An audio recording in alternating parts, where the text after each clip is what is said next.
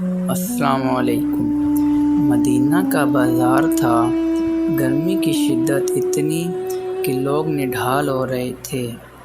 ایک تاجر اپنے ساتھ اپنے غلام کو لیے پریشان کھڑا تھا۔ غلام جو ابھی بچہ ہی تھا، وہ بھی دھوپ میں کھڑا پسینہ پسینہ ہو رہا تھا۔ تاجر کا سارا مال اچھے داموں میں بک گیا، مگر بس یہی غلام ہی تھا جسے خریدنے میں کوئی بھی دلچسپی نہیں دکھا رہا تھا۔ تاجر سوچ رہا تھا کہ اس نے غلام کو خرید کر شاید گھاٹے کا سودا کیا ہے۔ اس نے تو سوچا تھا کہ اچھا منافع ملے گا، لیکن یہاں تو اصل لاگت بھی ملنا دشوار ہو رہا تھا۔ اس نے سوچ لیا تھا کہ اب اگر یہ غلام پوری قیمت پر بھی بکا تو وہ اسے فوراً بیچ دے گا۔ مدینہ کی ایک لڑکی کی اس غلام پر نظر پڑی تو اس نے تاجر سے پوچھا کہ یہ غلام کتنے کا بیچو گے؟ تاجر نے کہا، میں نے اتنے میں لیا ہے اور اتنے کا ہی دوں گا۔ اس لڑکی نے بچے پر ترس کھاتے ہوئے اسے خرید لیا۔ تاجر نے بھی خدا کا شکر ادا کیا اور واپسی کی راہ لی۔ مکہ سے ابو حذیفہ رضی اللہ تعالیٰ عنہ مدینہ آئے تو انہیں اس لڑکی کا قصہ معلوم ہوا۔ لڑکی کی رحم دلی سے متاثر ہو کر انہوں نے اس کے نکاح کے لیے پیغام بھیجا، جو قبول کر لیا گیا۔ یوں واپسی پر وہ لڑکی، جس کا نام ثابتہ بنت یار تھا، ان کی بیوی بن کر ان کے ہمراہ تھی، اور وہ غلام اپنی مالکن کے ساتھ مکہ پہنچ گیا۔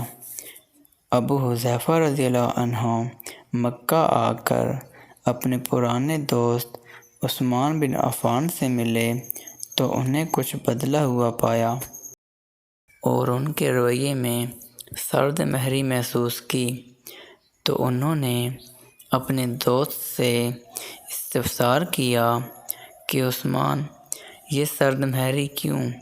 تو حضرت عثمان بن عفان رضی اللہ عنہ نے جواب دیا کہ میں نے اسلام قبول کر لیا ہے اور تم ابھی تک مسلمان نہیں، تو اب ہماری دوستی کیسے چل سکتی ہے؟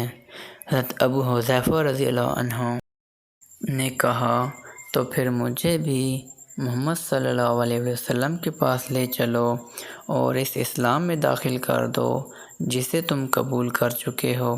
چنانچہ حضرت عثمان رضی اللہ عنہ نے انہیں نبی کریم صلی اللہ علیہ وسلم کی خدمت میں پیش کیا اور وہ کلمہ پڑھ کر دائرہ اسلام میں داخل ہو گئے۔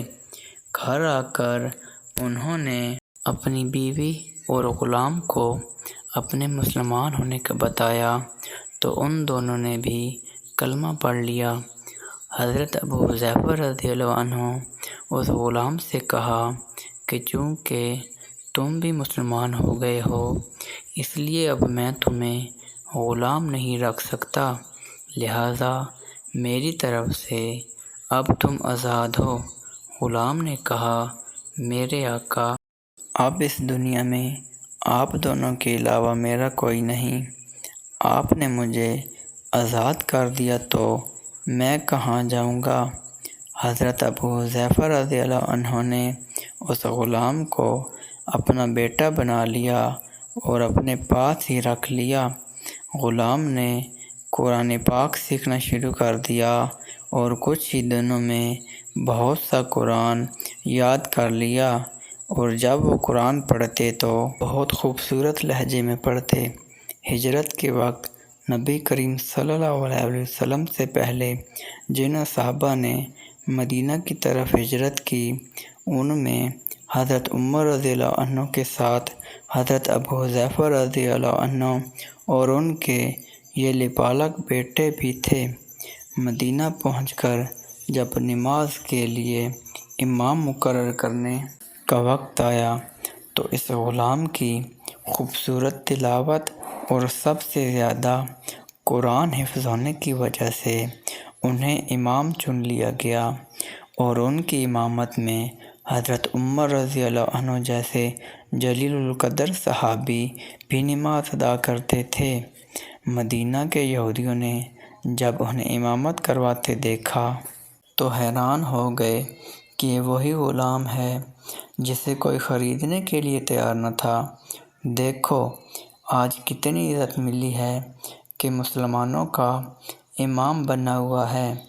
اللہ پاک نے انہیں خوشگلو اس قدر بنایا تھا کہ جب آیات تلاوت فرماتے تو لوگوں پر ایک محویت طاری ہو جاتی اور راہگیر ٹھٹک کر سننے لگتے۔ ایک مرتبہ ام المومنین حضرت عائشہ صدیقہ رضی اللہ عنہا کو رسول اللہ صلی اللہ علیہ وسلم کے پاس حاضر ہونے میں دیر ہوئی تو آپ صلی اللہ علیہ وسلم نے توقف کی وجہ پوچھی تو آپ رضی اللہ عنہ بولی، ایک قاری تلاوت کر رہا تھا، اس کے سننے میں دیر ہو گئی، اور خوش الہانی کی اس قدر تعریف کی کہ حضرت محمد صلی اللہ علیہ وسلم خود چادر سمیٹتے ہوئے باہر تشریف لائے۔ دیکھا تو آپ رضی اللہ عنہ بیٹھے تلاوت کر رہے ہیں۔